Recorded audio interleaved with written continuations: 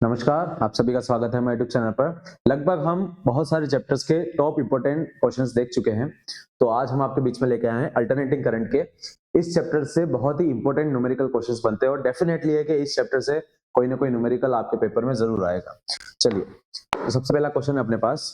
The root mean square current in AC circuit is √2 ampere, its peak value will be. अब हमें IRMS की value given है, तो हम सबसे पहले गिवन चीज लिख देते हैं। गिवन IRMS वैल्यू मतलब रूट मीन स्क्वायर वैल्यू जो कितनी है अपनी √2a। अब हमें पूछी है इट्स पीक वैल्यू, मतलब हमको आई नोट पूछा है। तो हमें सबसे पहले IRMS और आई नोट का रिलेशन पता होना चाहिए। तो IRMS बराबर होता है हमारे पास आई नोट बाय √2। तो आई नोट बराबर क्या हो जाएगा? √2 इंटू IRMS। IRMS की वैल्यू हमें दे रखी है √2, तो आई नोट बराबर हो जाएगा √2 इंटू √2, और √2 इंटू √2 हो जाएगा हमारे पास 2, और यूनिट लग जाएगी हमारी एम्पियर। और ये इसका आंसर हो गया। चलिए नेक्स्ट क्वेश्चन देखते हैं। Frequency of electric current of alternating current I equals to this. चलिए, अब आपको जनरल इक्वेशन पता होनी चाहिए किसी भी अल्टरनेटिंग करंट की। जो वेव इक्वेशन बनती है वो करंट की, उसकी जनरल इक्वेशन होती है A sine omega T plus या -5। मतलब ये होता है आपका फेज डिफरेंस, या फेज पूरा फेज होता है और यह आपका फेज डिफरेंस होता है। ओमेगा आपकी एंगुलर फ्रीक्वेंसी होती है, ए आपका एम्पलीट्यूड होता है, टी आपका टाइम पीरियड, और आई आपका करंट। तो चलो कंपेयर करके देखें, तो यहाँ पे ओमेगा की जगह on comparing with given equation, given equation से अगर हम कंपेयर करें तो ओमेगा बराबर आता है हमारा 60, क्योंकि टी की जगह तो टी लिखा है और ओमेगा की जगह लिखा है 60। मैं ओमेगा ही क्यों ले रहा हूं? क्योंकि हमें पता है कि ओमेगा बराबर होता है 2πf। यहाँ f क्या होता है? अपनी फ्रीक्वेंसी, और हमें फ्रीक्वेंसी ही फाइंड करनी है, तो फ्रीक्वेंसी बराबर हो जाएगा ओमेगा अपॉन 2π। चलिए, तो ओमेगा हमें गिवन है बाय इक्वेशन, वो है हमारा 60 अपॉन 2π। तो f बराबर हो जाएगा अपने पास 30/π। तो आप पाई की वैल्यू रख सकते हैं 3.14, तो इसका अप्रोक्सीमेट आंसर आएगा 9.55, और इसकी फ्रीक्वेंसी की यूनिट होती है अपने पास हर्ट्ज। ये आपका फाइनल आंसर हो गया। चलिए नेक्स्ट क्वेश्चन देखते हैं। The value of alternating voltage in the following circuit. चलिए, तो हमारे पास जो रिजल्टेंट वोल्टेज होता है V रिजल्टेंट, उसका फॉर्मूला हमें पता होना चाहिए, जो होता है हमारे पास VR² plus XL VL minus VC का होल स्क्वायर। अब यहाँ पे देखिए हमें VR गिवन है, हमारे पास VL गिवन है और VC गिवन है। हमें बस इसकी वैल्यू इस फॉर्मूले में रखनी है और हमारे सारे आंसर आ जाएंगे। चलिए सबसे पहले हम VR की वैल्यू रखते जो है हमारे पास 8, तो यहाँ रख देंगे V रिजल्टेंट बराबर 8 का स्क्वायर प्लस VL की जब लिख देंगे हम 4 माइनस VC हमारे पास 10, इसका होल स्क्वायर। तो 8 का स्क्वायर हो जाएगा हमारे पास 64 प्लस 4 माइनस 10 हो जाएगा हमारे पास माइनस का 6, और इसका होल स्क्वायर। तो ये हो जाएगा 64 माइनस 6 का होल स्क्वायर प्लस में आएगा अपने पास 36। तो V स्क्वायर बराबर होता है ये, तो V स्क्वायर बराबर हो जाएगा 64 प्लस ये, तो V स्क्वायर बराबर हो जाएगा 64 प्लस 36 100, तो V बराबर हो जाएगा अपने पास 10 वोल्ट, और ये इसका फाइनल आंसर हो गया। चलिए नेक्स्ट क्वेश्चन देखते हैं। A light bulb is rated at 100 watt for a 220 voltage supply. Find the peak voltage of the source. अब यहाँ पे बल्ब सप्लाई की बात कर रहे हैं, तो सप्लाई के टाइम पे हमारा जो वोल्टेज होता है वो VRMS वोल्टेज होता है, मतलब √2 स्क्वायर होती है। तो हमें इनडायरेक्टली VRMS की वैल्यू दे रखी है, जो कितनी दे रखी है 220 वोल्ट, और हमें V नोट की वैल्यू पूछी है। तो हमें जैसे IRMS और I नोट का रिलेशन पता था जो फर्स्ट क्वेश्चन में, IRMS बराबर I नोट बाय रूट होता है, वैसे ही VRMS बराबर होता है V नोट बाय √2, और हमें VRMS पता है 220 V नोट बाय √2, तो V नोट बराबर हो जाएगा हमारे पास 220 इंटू में √2, और यूनिट लग जाएगी हमारी वोल्ट। और इसको और फर्दर आप सोल्व करें तो √2 की वैल्यू लिख देंगे तो आपके पास आंसर आ जाएगा अप्रोक्सीमेटली 311 वोल्ट। 311 वोल्ट। ये बार बार यूज होता है तो इसका डायरेक्ट आंसर आपको याद होना चाहिए 311 वोल्ट। चलिए नेक्स्ट क्वेश्चन है अपने पास, in the given figure write a point showing the resonant state. अब रेजोनेंस की कंडीशन क्या होती है सबसे पहले उसके बारे में बात करते हैं।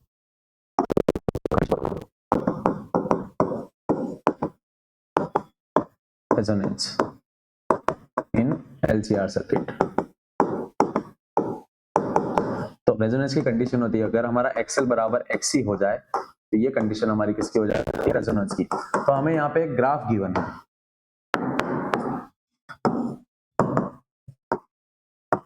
अब यहाँ पे हमें XC का भी ग्राफ गिवन है और XL का भी ग्राफ गिवन है। इसका मतलब वो पॉइंट हमें फाइंड करना है जहां पे XC बराबर क्या हो जाए XL। तो किसी भी दो ग्राफ में जैसे मान लीजिए एक कर्व ये है और एक कर्व ये है, तो जिस भी पॉइंट पे वो इंटरसेक्ट करते हैं ये अपना क्या कहलाता है, इंटरसेक्टिंग पॉइंट। इसका मतलब है वो उस वैल्यू पे क्या देने वाला है, कॉमन वैल्यू देने वाला है। ठीक है, जैसे कि sine theta and cos theta, ये दोनों एक फिक्स वैल्यू पे सेम वैल्यू देते हैं, वो है अपना 45 पे। साइन 45 भी 1/√2 होता है और cos 45 भी 1/√2। अगर इसके ग्राफ की बात करूं मैं तो वो कुछ इस तरह होता है।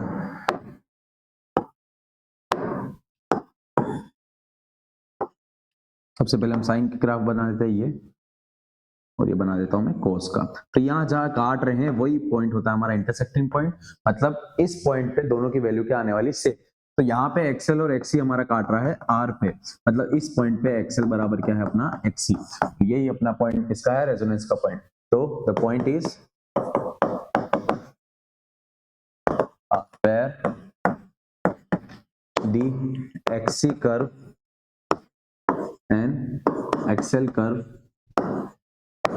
intersecting each other. At that point,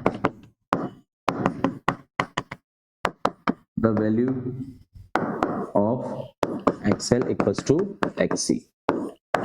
चलिए ये आपका आंसर हो गया। तो पॉइंट अपना क्या था, R पॉइंट था। चलिए नेक्स्ट क्वेश्चन की तरफ बढ़ते हैं हम। तो नेक्स्ट क्वेश्चन है अपने पास, the power factor of a coil is 0.707 at frequency this, if frequency is double then calculate the power factor of coil। चलिए अगर पावर फैक्टर दे रखा है और कॉइल की बात कर रहे हैं तो अपने पास कौन सा सर्किट हो गया, कॉइल मतलब L, और कॉइल वायर से लिपटा है तो उसका कोई ना कोई रेजिस्टेंस तो होगा ही होगा। अगर हम रेजिस्टेंस को आप क्वेश्चन पढ़ के ये देखेंगे सिर्फ कॉइल का जिक्र है तो प्योर इंडक्टिव क्यों नहीं मान लेते। अगर प्योर इंडक्टिव मानेंगे तो प्योर इंडक्टिव का तो पावर फैक्टर कितना आता है अपने पास, 0 आता है। क्यों, क्योंकि उसकी करंट और वोल्टेज की वेव का फेज डिफरेंस कितना होता है 90, और cos फाई कितना होता है, अगर फाई 90 है तो cos 90 कितना हो जाएगा 0। तो उसका पावर फैक्टर जो हमारा cos फाई होता है वो कितना आ जाएगा 0। तो यहाँ पे पावर फैक्टर दे रखा है, इसका मतलब यहाँ पे कॉइल भी है और रेजिस्टेंस भी है। तो चलिए उसी बात को समझ के हम इसको सॉल्व करते हैं। तो पावर फैक्टर गिवन है, सबसे पहले पावर फैक्टर क्या होता है हमारे पास cos फाई, वो गिवन है अपने पास 0.707। अगर आप इसको 0.70 मान के करेंगे तो ये बहुत हार्ड पड़ेगा, पर आपको थोड़ी सी मैथ्स आनी चाहिए कि 0.707 1/√2 की वैल्यू होती है। तो मतलब आपको cos फाई बराबर 1/√2 गिवन है, बराबर। अब आपको किसकी value at frequency at f बराबर 50 हर्ट्ज। अब आपको क्वेश्चन में पूछा है if frequency is double then calculate the power factor. सबसे पहले पावर फैक्टर की बात करते हैं। तो cos फाई बराबर हमारे पास होता है R/Z, और उसकी वैल्यू हमें दे रखी है 1/√2, बराबर। चलिए तो यहाँ पे अपने को R और Z की वैल्यू लिखनी है।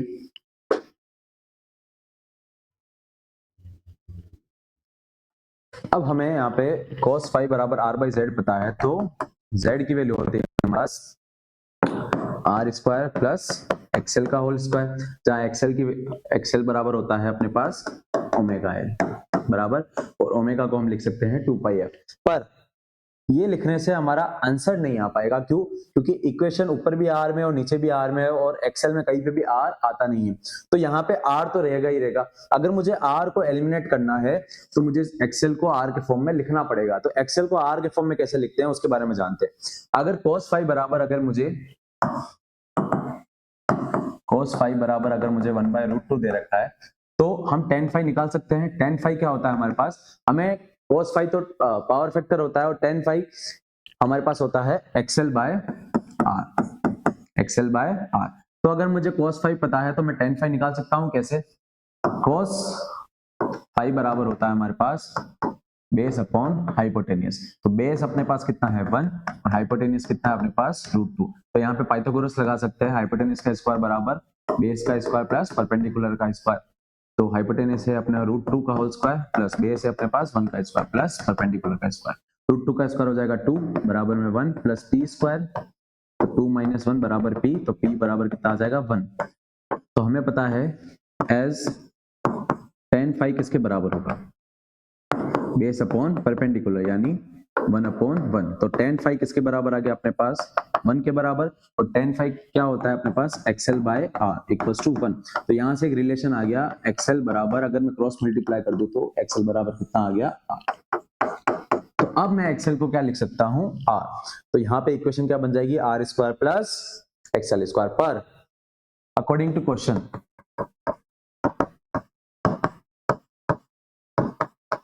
हमें पावर फैक्टर की तब वैल्यू निकालनी है जब हमारी फ्रीक्वेंसी क्या हो जाए डबल। तो सबसे पहले मैं एक्सेल बराबर ओमेगा एल लिख लेता हूं। एक्सेल बराबर ओमेगा की वैल्यू क्या होती है 2πf।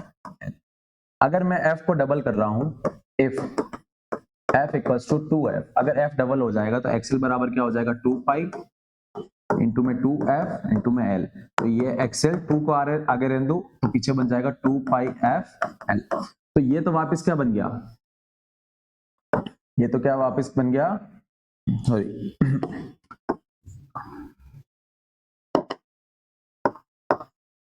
ये तो क्या बन गया वापस एक्सेल। ये वापस क्या बन गया एक्सेल। तो जो एक्सेल डैश आया है अपने पास, जो नई वैल्यू है एक्सेल की, वो क्या बन जाएगी 2 इंटू एक्सेल बराबर। और हमने यहाँ से tan फाई का रिलेशन निकाल दिया है कि एक्सेल किसके बराबर है आर के बराबर। तो एक्सेल को मैं क्या लिख सकता हूँ आर। तो ये बन गया XL dash 2r। When frequency is double तो एक्सेल डैश बराबर क्या हो जाएगा 2r।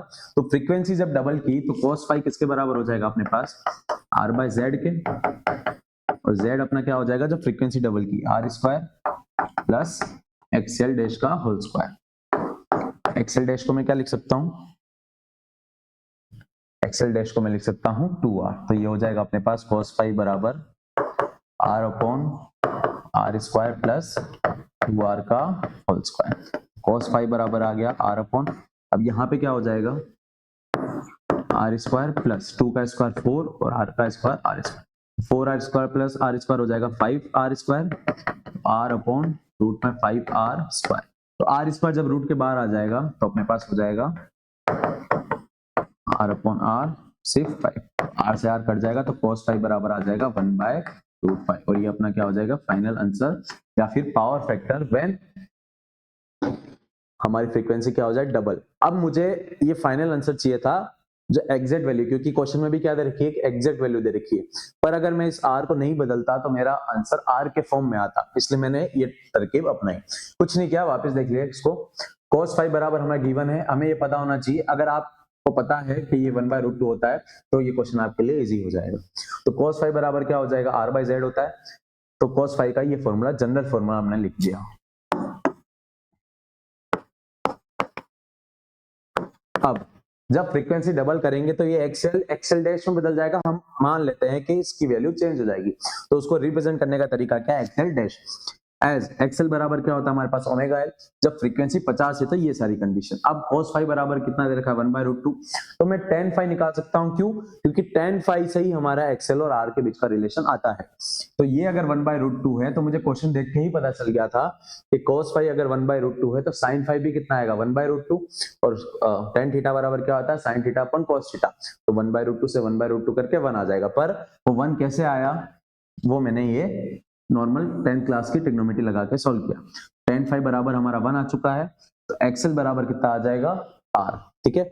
अगर यहाँ पे कुछ और वैल्यू आती तो एक्सएल बराबर 2 टाइम्स ऑफ आर, ऐसा √2 टाइम्स ऑफ आर आ जाता, पर एक्सएल और आर के बीच का रिलेशन आ जाता। उससे फायदा ये होता कि फॉर्मूले में जब एक्सएल की जगह आर के फॉर्म में लिखता तो आर स्क्वायर कॉमन आ जाता और ऊपर रूट था तो वो आर से ऊपर वाला आर कट जाता और मेरे पास एक फिक्स वैल्यू आती। तो यहाँ से एक्सएल बराबर आर आ गया। अब अकॉर्डिंग टू क्वेश्चन एक्सएल बराबर क्या होता है, एक्स ओमेगा एल, पर अब मुझे फ्रीक्वेंसी को क्या करना है, डबल। तो एक्सएल बराबर क्या हो जाएगा, 2 पाई एफ एल। तो अब जो नई फ्रीक्वेंसी उसके अंदर फ्रीक्वेंसी को क्या कर दिया, डबल, तो एक्सएल डैश नाम दे दिया। तो ये 2 टाइम्स हो गया और इसको मैं वापस क्या बोल सकता हूँ, एक्सएल। तो एक्सएल बराबर क्या आया था अपने पास, आर, एक्सएल को वापस क्या लिख दिया, आर। तो cos फाइव बराबर आर बाई जेड होता है, वापस फॉर्मूले में पुट किया तो हमारा आंसर आ गया cos फाइव का 1/√5। चलिए, ये कुछ अच्छे टाइप का क्वेश्चन था। नेक्स्ट क्वेश्चन है अपने पास, the voltage and current in AC circuit are this and this respectively, calculate wattless current. चलिए, सबसे पहले हम वोल्टलेस करंट को समझाते हैं। तो वोल्टलेस करंट वो होता है जिसके अंदर रियल पावर कंज्यूम नहीं होती, मतलब उस करंट का कोई रोल नहीं है। आइडियली हम मानते हैं कि जब कैपेसिटर या इंडक्टेंस चार्ज होते हैं तो वो कुछ समय तक इलेक्ट्रिक फील्ड और मैग्नेटिक फील्ड में उस एनर्जी को स्टोर रखते हैं और वापस एनर्जी को वापस दे देते हैं। पर उसके अंदर करंट का तो फ्लो हुआ, पर वो करंट का ही काम नहीं आया, उसने सिर्फ क्या किया, फ्लो कराने का काम किया, और एट द एंड एनर्जी क्या हो गई, जीरो। एनर्जी का जो ट्रांसफर हुआ वो क्या हो गया था, जीरो। तो उस टाइम पे जो करंट वहां गया था उसको हम क्या बोलते हैं, वोल्टेज। ये सिर्फ एक आइडियल केस में ही पॉसिबल है, क्योंकि बाकी हम देखें तो जाने में और उसमें किसी न किसी चीज का लॉस तो हुआ ही होगा, पर हम आइडियल केस मानते हैं। तो तब वो करंट जो फ्लो हुआ था उसको हम क्या बोलते हैं, वोल्टलेस करंट, जिसके अंदर रियल पावर कंज्यूम नहीं हुई होगी। चलिए, तो उसका फॉर्मूला होता है हमारे पास आई वोल्टलेस का, I R M S into में साइन फाइव। तो हमें सबसे पहले आई आर एम एस की वैल्यू पता होनी चाहिए और साइन फाइव की वैल्यू होनी चाहिए। तो आई की इक्वेशन गिवन है हमारे पास 10 sine T plus pi by 4। तो यहाँ से फाइव बराबर तो क्या हो गया, पाई बाय 4, और आई नोट बराबर कितना हो गया हमारे पास, 10। तो आई नोट पता है तो हम I R M S value निकाल सकते हैं। चलिए, तो आई आर एम एस बराबर होता है आई नोट बाय √2। तो आई नोट पता है तो आई आर एम एस कितना हो गया, 10/√2। चलिए, तो यहाँ पे रख देंगे। तो आई वॉट लेस करंट बराबर आई आर एम एस कितने हैं, 10/√2 into sine five. Sine five means phase angle कितना है, पाई बाय 4, तो साइन 45 डिग्री होता है हमारे पास 1/√2। तो 10/√2 इंटू 1/√2, तो 1/√2 और ये 1/√2 हो जाएगा 1/2, तो 10/2, आंसर आ जाएगा अपने पास 5 एम्पियर। चलिए, नेक्स्ट क्वेश्चन है हमारे पास, root mean square value of voltage. तो वी आर एम एस निकालना है। तो वी आर एम एस बराबर हो जाएगा वी नॉट बाय √2, और इक्वेशन गिवन है हमारे पास वी की, वी बराबर 50 साइन टी बाय 4t। तो वी नॉट बराबर हो जाएगा 50, तो वी आर एम एस हो गया 50/√2। इसको और सॉल्व कर देंगे तो 50 को हम लिख सकते हैं 25 इंटू 2 डिवाइड बाय √2। तो 2 से ये कट जाएगा √2 टाइम्स, तो वी आर एम एस हो गया 25/√2। ये हमारा फाइनल आंसर हो गया। इसको और सॉल्व करना चाहे तो √2 की वैल्यू लिख के आप सॉल्व कर सकते हैं। चलिए, नेक्स्ट क्वेश्चन की तरफ बढ़ते हैं हम। तो ये 35 पॉइंट समथिंग कुछ हो जाएगा, 35.42 के लगभग आसपास, तो ये वोल्ट हो गया। नेक्स्ट क्वेश्चन है अपने पास, a transformer step ups 224 volt to 2200 volt if the number of turns in secondary coil is 1000, the calculate the number of turns in primary coils। तो यहाँ पे आपको रिलेशन पता होना चाहिए प्राइमरी कॉइल और सेकेंडरी कॉइल्स के वोल्टेज और नंबर ऑफ टर्न्स का। तो वो रिलेशन होता है Vp/Vs बराबर Np/Ns। ये है आपका नंबर ऑफ कॉइल्स या टर्न्स इन प्राइमरी कॉइल, और ये है आपका number of coils and turns in secondary coil. ये आपका वोल्टेज है प्राइमरी कॉइल का और ये सेकेंडरी कॉइल का। अब 220 से 2, तो चलिए ठीक है, तो आपको कुल मिला के 220 तो दे रखा है प्राइमरी कॉइल का, हाई से लो जा रहे हैं तो स्टेप अप है, तो स्टेप अप में यही रिलेशन होता है और डिवाइड बाय 2200 बराबर NP पूछा है और NS गिवन है अपने पास 1000। ऑब्वियस बात है 1000 पे 2000 यही होगा, जिसके नंबर ऑफ टर्न ज्यादा उसके वोल्टेज ज्यादा। तो इस जीरो से ये जीरो कट गया, इस जीरो से ये जीरो कट गया, 22 से 22 कट गया, तो NP बराबर आ गया अपने पास 100 टन्स। यही आपका आंसर हो गया। चलो नेक्स्ट क्वेश्चन है अपने पास, current in a circuit falls from 5 ampere to 1 ampere in 0.1 second if an average EMF of 200 volt is induced, given estimate the self inductance of the current। चलो तो E बराबर होता है अपने पास L di by dt बराबर, तो self inductance की value चाहिए, यहाँ पे मोड लगा दीजिए प्लस में, EMF बराबर L बराबर हो गया E dt by di। तो EMF दे रखा है हमारे पास 200, dt दे रखा है कितने टाइम में गया 0.1 सेकंड में, और di डिफरेंस ऑफ करंट, तो वो हमारे पास हो जाएगा 5 - 1 दैट इज 4। तो ये हो जाएगा L बराबर 200 इंटू पॉइंट हटा तो नीचे 10 आ जाएगा, तो 1/40 कट गया तो 5, L बराबर आ गया आपके पास 5। चलिए तो यहाँ पे ये क्वेश्चन भी सॉल्व हो सकता है और L की यूनिट लगा देंगे हम हेनरी। चलिए नेक्स्ट क्वेश्चन है, if LCR alternating current circuit R दे रखा है, XL दे रखा है, XC दे रखा है, देन इम्पीडेंस, तो Z बराबर होता है LCR सर्किट का रूट में R square plus XL minus XC का होल स्क्वायर। Z बराबर R कितना है 24 का होल स्क्वायर प्लस XL कितना 110 माइनस XC भी कितना है 110 का होल स्क्वायर। Z बराबर हो जाएगा 110 माइनस 110 0, तो 24 का होल स्क्वायर ऊपर रूट, तो Z बराबर आ गया अपने पास, स्क्वायर से रूट कट गया तो ये आ जाएगा अपने पास 24 ओम। तो ये आपके टॉप 10 क्वेश्चंस थे। लगभग संभावना है कि आपके जितने भी क्वेश्चंस बोर्ड एग्जाम में पूछे जाएंगे वो इन्हीं पैटर्न्स के हिसाब से पूछे जाएंगे। जरूर नहीं है कि ये जो क्वेश्चन है वो वैसा का वैसा पूछ लिया जाए, बस यहाँ पे 220 की जगह कोई और वैल्यू लिख दी होगी, पर टाइप इसी टाइप के पूछे जाएंगे, और जितने भी थ्योरेटिकल क्वेश्चंस है वो आपके इस टेलीग्राम चैनल पे अपलोड कर दिए जाएंगे। धन्यवाद।